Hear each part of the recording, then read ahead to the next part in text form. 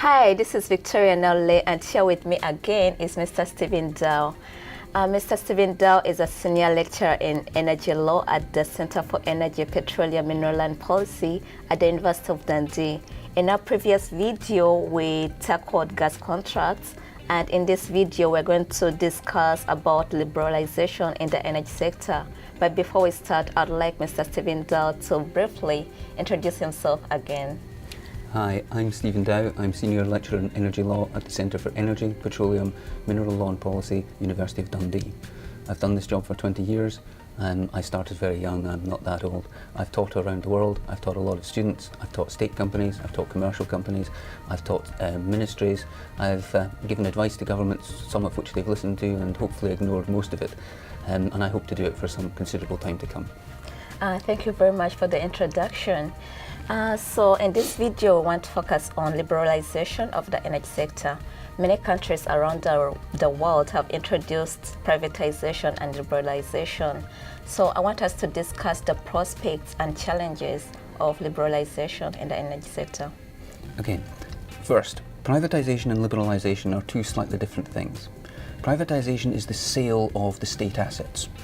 You can only do this once. And you can only attach terms and conditions to that sale, the terms and conditions being what the market looks like and what the regulatory structure looks like after the privatisation. But you can only really do that once. And that is a huge challenge for governments. Liberalisation is a very simple concept. It just introduces some form of competition into energy markets. Now, the trick, of course, is that you can introduce any amount of competition that you actually want to introduce. Some governments have introduced very little competition. Look at China. Some have introduced an awful lot. Look at Europe, particularly the UK, particularly the eastern seaboard of the United States, although they didn't do much privatisation to start with. So privatisation is a single instance. Liberalisation is a long-term event. And you can change the rules as you go along. You can start with a little bit of liberalisation and go to a lot of liberalisation. When we talk about a little bit of liberalisation, that means that the parties are having a little bit of competition between themselves. A lot of liberalisation is a lot of competition. Now remember, you don't have to have everybody competing. You can have, for example, different rules for a state company. You can have special generators who are out there in the electricity sector. We treat renewable generators typically differently. We treat nuclear generators typically differently. But theoretically, we can treat any generator we choose to treat differently. It's not the actual type of generator that matters. It's the fact that the system chooses to do this. So we can say, for example, in Brazil, we want to encourage gas generators. We'll treat them differently because what we're trying to do is introduce gas and pay for it over a whole year. So Brazil basically treats gas generators the same way as Europe treats renewable generators in structural terms.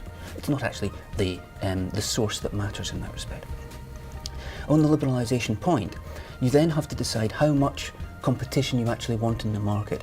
How do you choose who comes in for identity?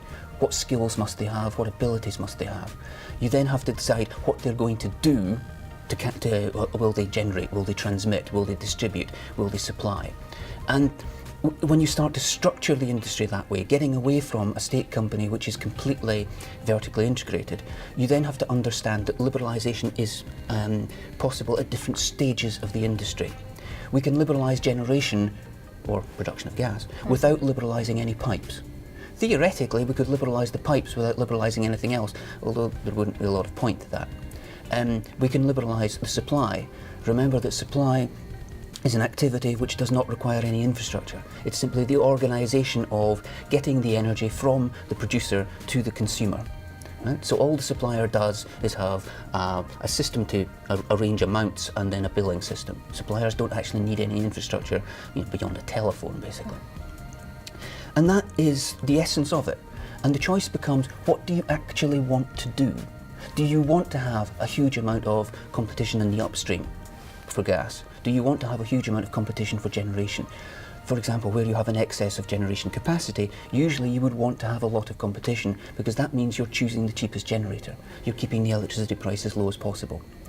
If you've got a shortage, there's very little point in having competition in a shortage. But remember, very, very few countries in the world are capacity short 24 hours a day. And if they are, they will never liberalise. There's no point. But if you have capacity excesses at some times and capacity shortages at others, you can organise the market so that it competes when it's got enough capacity and caps prices when it doesn't. Again, the trick is, what do you really want?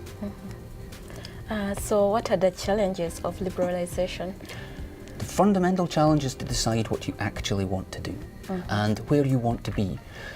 There are two real forms of liberalisation. One is in a country which has already got enough capacity.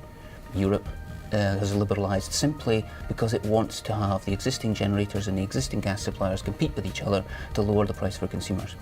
The other form of liberalisation is where there is a capacity shortage, at least at some point in the day, when liberalisation occurs to encourage new people to come into the market. And at that point you can decide what kind of people you want. Do you want big generators? Do you want on-grid generators? Do you want off-grid generators? You can decide to have liberalisation in generation, liberalisation in supply, liberalisation in pipes. You don't have to have pipes and wires liberalised at all. The state can run them. But you need a licensing system which separates out generation, transmission, distribution, supply. And that's how you control it. You simply say, this is my licensing system, here are the terms and conditions attached to the license, do you want to come in and do this, or do you not want to come in and do this? And then the real trick is to decide what you want.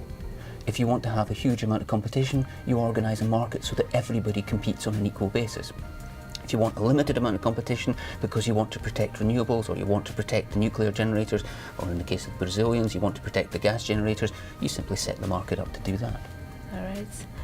Thank you very much, Stephen Dow. Thank you. That marks the end of our second video on liberalisation. The next video we shall be talking about renewable energy. Stay tuned.